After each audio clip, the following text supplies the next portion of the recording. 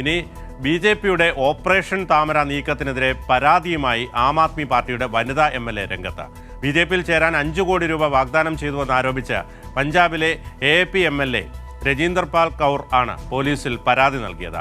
ലോക്സഭാ തെരഞ്ഞെടുപ്പ് കഴിയും വരെ അധിക സുരക്ഷ വേണമെന്നും ഇവർ ആവശ്യപ്പെട്ടു. പരാതിയിൽ ലുധിയാന പോലീസ് അന്വേഷണവും ആരംഭിച്ചിട്ടുണ്ട്.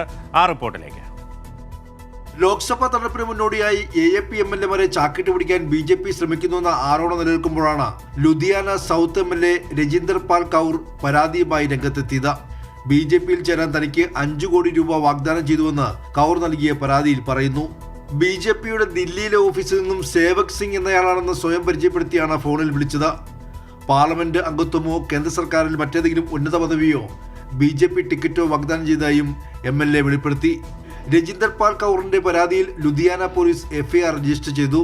കൈക്കൂലി വാഗ്ദാനം ചെയ്യുക, ജനപ്രാതിനിധ്യ നിയമത്തിലെ 123(1) എന്നീ വകുപ്പുകൾ പ്രകാരമാണ് എഫ്ഐആർ രജിസ്റ്റർ ചെയ്തിരിക്കുന്നത്.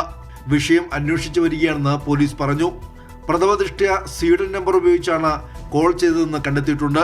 തന്റെ 7 എം.എൽ.എമാർക്ക് 25 കോടി രൂപ വാഗ്ദാനം ചെയ്ത് ബി.ജെ.പി വേട്ടയാടാൻ ശ്രമിക്കുകയാണെന്ന് അരവിന്ദ് കെജ്രിവാൾ നേരത്തെ ആരോപണം ഉന്നയിച്ചിരുന്നു.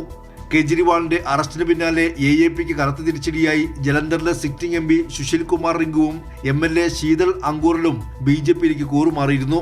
പിന്നാലെയാണ് രജീന്ദർ പാൽ കൗറിനെയും മറുകണ്ഠം ചടിക്കാനുള്ള ബി.ജെ.പിയുടെ ശ്രമം. പരാതിയിൽ കേസെടുത്ത ലുധിയാന പോലീസ് അന്വേഷണം ആരംഭിച്ചു. കൈരളി ന്യൂസ്, ദില്ലി.